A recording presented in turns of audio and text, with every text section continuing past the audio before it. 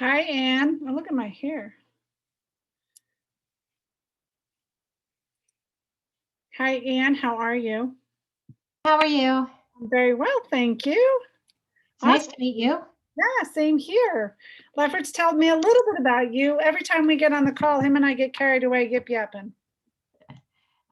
He likes to talk, and so do I. So that's a problem. I can do the same thing with him. So where do you live? I love the wood. I'm actually Northeast Pennsylvania. I have a log home.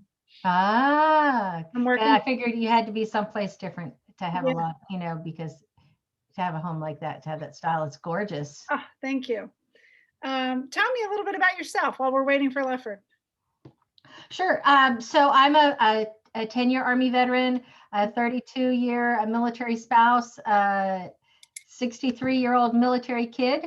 So, I am a military person, even though I try hard to blend in the civilian world, but my thoughts are, I serve the military. I tried to serve the civilian sector, but it didn't work very well. So, Lefford, you're sideways, buddy. Lefford's my brother from another mother. Yeah. So I started LTI 2 years ago as an umbrella, so that changing focus, moving from we to me would have a home, Mhm. and so that we would have room to grow it. So Mhm. that's where we are. We've built it. We started out doing in-person programs, and of course we don't do that. And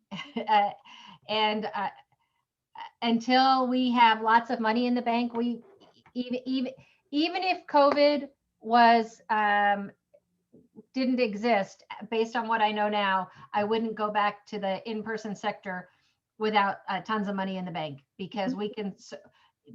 Since COVID, we have increased attendance at our programs by, in some cases, 3 and 4 times, based on the size of our sessions. And we have, doing the in-person sessions, we can only get to one place at a time, but since COVID, we have served 22 states, the District of Columbia, and Europe. And we've cut our costs by 60%. So Yeah. you'd have to work hard to convince me to leave the virtual arena. So tell me, you said LTI. Yes. What is It's it? the Leader Transition Institute.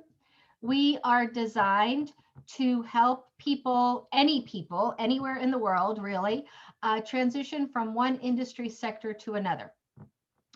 The program we have right now, where we're putting the vast majority of our efforts, changing focus, moving from we to me, is designed for service members, veterans, and military spouses to help them transition from active duty to the civilian sector.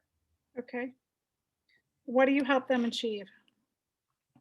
Well, the thing about going into the military sector is that when you join the military, your mind gets, your civilian mindset gets replaced with a military mindset. And they work very hard to do that, because that's needed. The problem is that when you go the opposite direction, which that's everybody's goal after they've joined the civilian sector, of course. I mean, after the military is to leave at some point. Nobody's going to, nobody chooses, goes into it thinking they're going to die there. But they don't do any of that reverse. And so that the dissonance then that is created when military people go out into the civilian sector creates a lot of anxiety and fear. So what we do is we help them to overcome that, to learn about how they communicate with people, to find their purpose and create a purpose statement and a vision statement, and to learn about living with purpose. And all of that gives them a different perspective then on their future life, and makes them feel better about it. We fill the gaps that the Department of Defense mandated transition programs leave.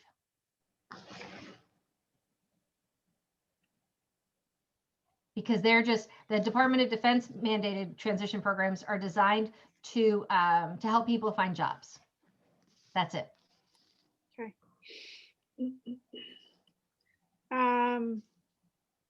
So what I heard from all of that was that you help people transition from living the Army life to coming back into society, but for all the things the Department of Defense doesn't do. Right. And we do that for all the services. Yep. All the uniform services. Lefford, we had somebody signed up from the NOAA Commissioned Corps for November. I'm really excited. We're branching outside the Department of Defense, but that's another uniform service. So I'm excited about that. And so the biggest problem right now is, and from what I could tell in earlier conversation, was that is raising funds. Yes. Okay. So when you're going out to raise funds, where are you going to? Well, the problem is I'm not going far because what I learned very quickly is that the organizations that give grants to 501c3 will do that when you are 3 years old, and we just passed the 2-year mark in August. And so once I figured that out, I was like, well, I don't have time to waste trying to find organizations that don't do that. And so we have a GoFundMe, we have a PayPal giving fund page, we have an Amazon Smile, and we have my inheritance. So let me ask you a bigger question. We know what we do to help the people, but what's the bigger problem that you solve for society? That's the part that I've had a hard time articulating. That's the biggest part that I've had a hard time articulating. Is it's for society, you know, everybody, it seems like people in the United States are all about giving to the military when they serve, but they don't understand what it takes for military people to come back into the civilian sector. They assume that you can just spin on a dime and do it. And that's not true. I haven't exactly figured out how to explain what we do for the civilian sector. You put the hammer on the nail. That's okay. Hey, Lefford, how are you? Right. We were good. I'm great. Thank you. One of the things when I say again, we were good in conversation. So you just had say again, Gina. Oh, you're breaking up. I said Ann was good in conversation, so we wanted the flow to keep going. Oh, he may not have a good connection. I heard that. I'm coming off of this, see if I can hear you better. I mean, to me, to me, what we do for society is that people in the military are their brothers, their sisters, their mothers, their fathers, their neighbors, their cousins, and we're taking care of them the same way that we take care of people when they're actively serving. But we have to find a better way to articulate it. You know, so let's think for a moment, Ann. When the military comes back into society, we know that they have a problem transitioning. We know that defense doesn't give them what they need. How do they become a problem for society? They aren't their best selves. Okay, so one of the things that just bubbled up inside of me is that I know, especially up in Binghamton, New York, we have a lot of people that come back from the Army. They struggle with depression, but they also end up in like low misdemeanor type crimes. Right. Does that happen like across the board? I mean, to some extent it happens across the military because veterans don't feel like they fit in. They don't know how to fit in. Well, we know that, but we have to be honest with ourselves. When military are coming back in, how is it?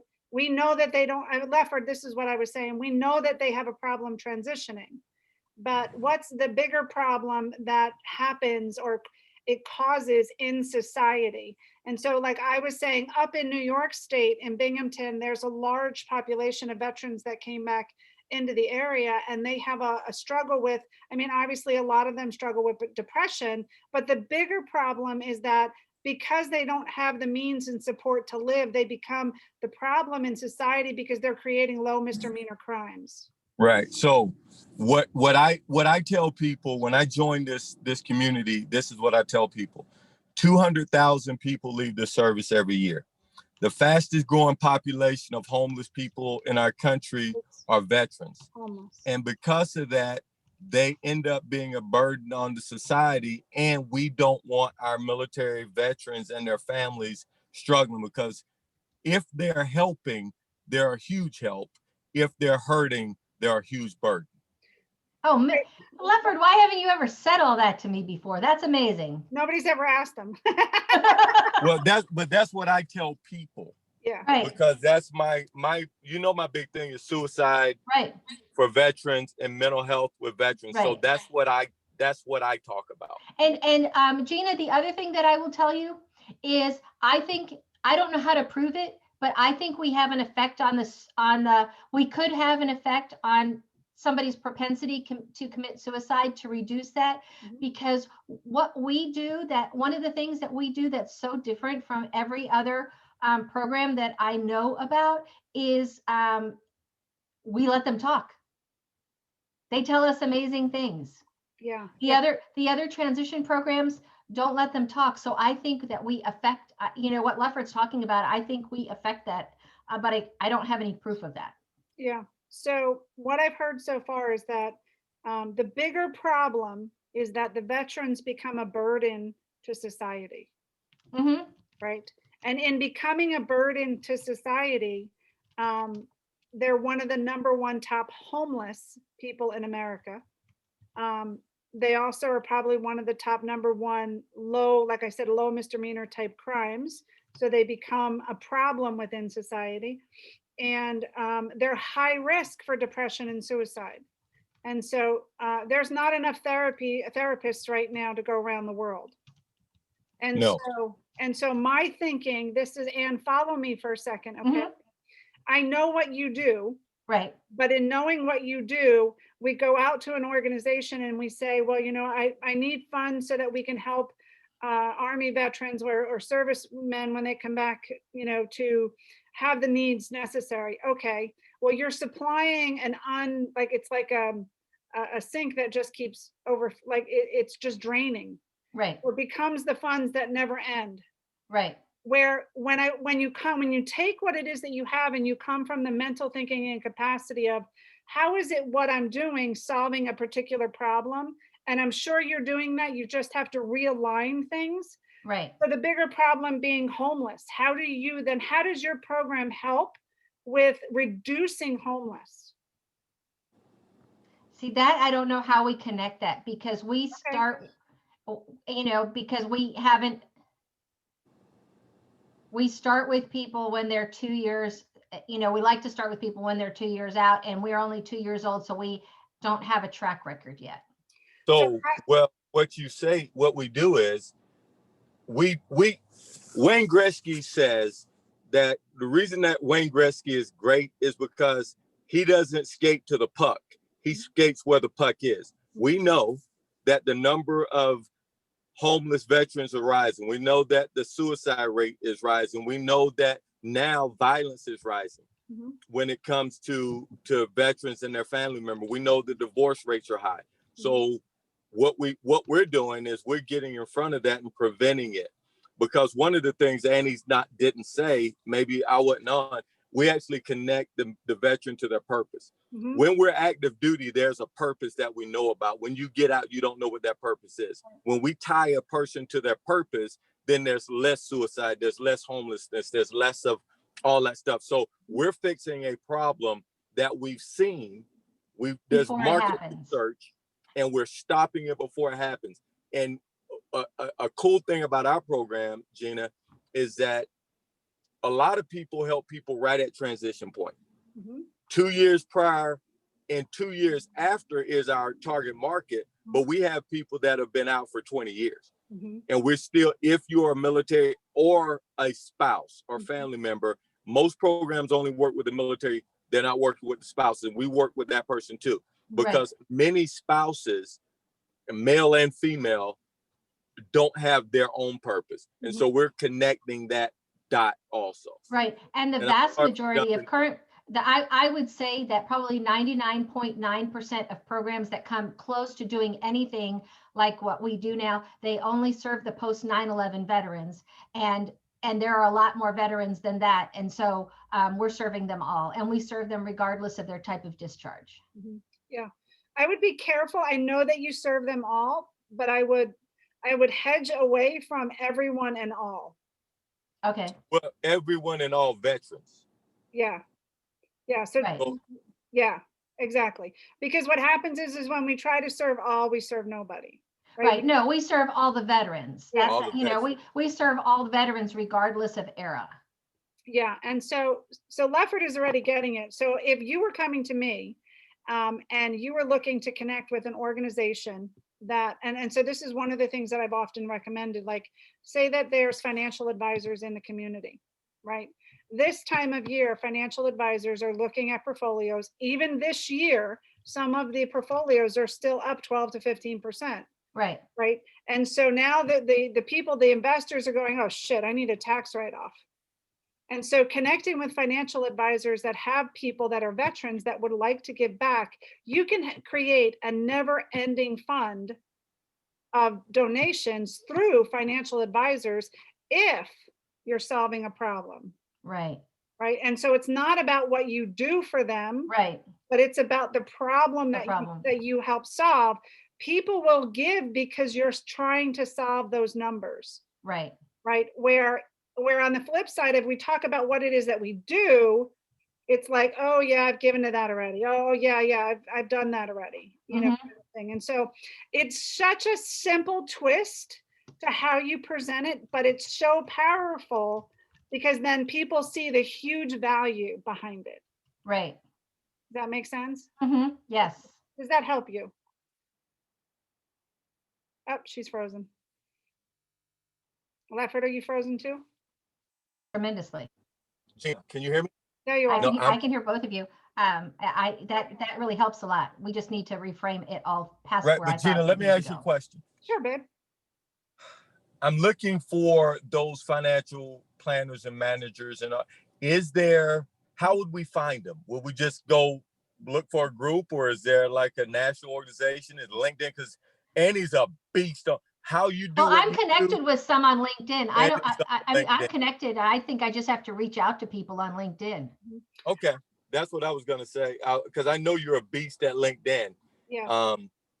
One of the groups that we're targeting in the new Facebook group that you're a part of, that you're talking on tonight, is a lot of financial advisors. So, you know, it's something that, you know, we can make mention, you know, something that would also help, you know, we could create some kind of a post.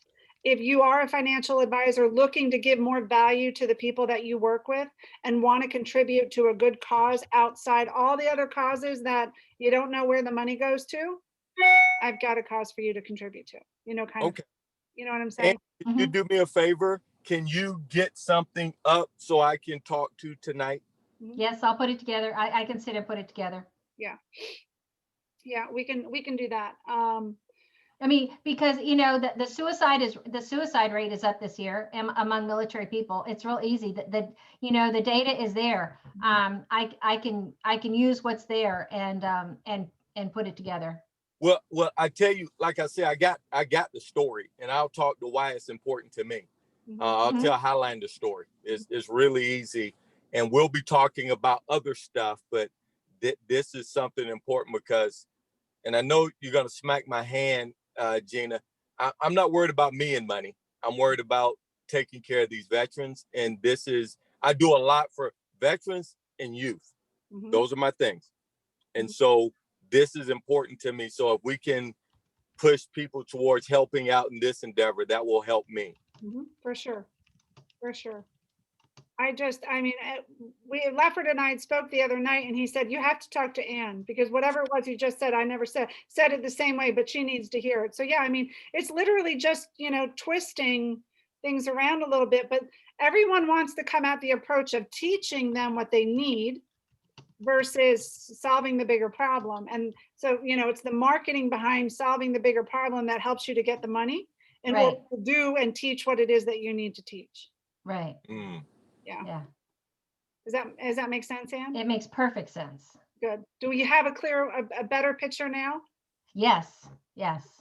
What else can I do for you guys, or what question could I help answer? I don't know. I need to, I need I need to wordsmith this. And so if I can if I can wordsmith this and then send it to you, that would be awesome. For sure. Yeah, for sure. And then Because I know just what you're talking about. I've been trying to study this stuff and I've been trying to think it through on my own, but nobody ever talked me through it like you have. And this has been so valuable. I can't tell you. yeah, I would, just remember to just keep going back to the bigger problem.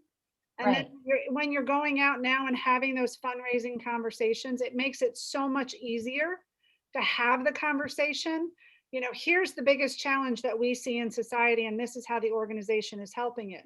And match up organizations that want, so like where I am right now, there's a lot in the gas and oil industry. We have lots of fracking. We have lots of, big companies like Cabot and Chesapeake and everybody else. And so they're a big company in the area that has to give back to the community to kind of keep the balance and the peace. Right. Think first, first audience to target. So think about just where you are in general, right? And who are the big players in the area that are valuable assets to the community? Well, see, that's my problem. Because I'm in Northeast Maryland, and the big people that we have here are the defense contractors, and they could care less. Well, but that's an opportunity. It's also an opportunity because Gina, as you were talking, I know that there's a military veteran population where you are. Yeah. And so we can offer what we do in your area for their people. Mhm. And I promise you that there are people that have jobs in those industries that still haven't mentally transitioned. They're still at duty. Yep. And if we can shift that, we can affect your people too. So, and one of the names I want you to write down is George Stark. Okay. He's actually out of Virginia. Okay. He's one of the leading Cabot guys in the, I want to say, I don't know if he's like, not just Northeast zone, but like the north side of, or the east side of America. Okay. He is the protege when it comes to the gas and oil industry here. He's like the top man to go to, George Stark. Okay, I have it down. Yep. So he's a person that connect with me on LinkedIn, right? Okay. Yes. And then we the commonality is, oh, I see that you're up in this area in Northeast Pennsylvania. I see that we have common acquaintances. I understand there's a huge, population of veteran. We have lots of veterans. Many people from the country go to the military in order to create a better life for themselves because opportunity is slim, unless you're a farmer or something. A lot of times people will go out of the area. So, and if you got a certain number of people in your company that are military veterans, you get tax breaks already. So there's a lot of things that you can do by making those connections. Yeah, so that's another thing, so when you're talking about the fundraising part of the problem that you solve, so not only are they giving to a contribution that's going to help solve a problem within the community, but it's also, most donations are tax-free. I don't know if there's a bigger credit because it's military. No, there isn't. Yeah, so it's still the tax-free deduction for a business. Yeah, that's why I made us be a 501c3. I didn't want to, but I didn't have a choice. Yeah, that's okay. So. Yeah, no, that's all right. So it's well, to me, the challenge of it is that there's room for us to do some government contracting, but because we're a 501c3, we aren't considered to be a small business, so we don't qualify for any of the small business programs. Yeah. Oh, right. No, that's not what. Well, like I said, if we can help get good military people into their organizations, that's a benefit for them. Saying. I understand what you're saying, Lefford. It's just, we've had yes, we have the benefit that when people give to us, it's a donation, but then, it hurts us in a different way. So, okay. Yep. I think we've got the spokes going. Yeah, I know where to go with it. Good. Lefford, Awesome. Thank you so much, Lefford, for connecting me with Gina, and thank you for Gina for sharing your wisdom and your experience with me. I really appreciate it. yeah, no problem. I'm going to save the video. Our conversation, I recorded it, and I know there's another person that couldn't make the meeting. And when you go to talk to her, you're going to be like, I don't know what she said. So I'll send you the recording. Okay, thank you so much. I appreciate it. You're very welcome. All Lefford, right. Thank you. Have a great day. Lefford, have a great day. All right, you too, Annie. Thank you. Okay, bye-bye. bye, Bye-bye. Annie.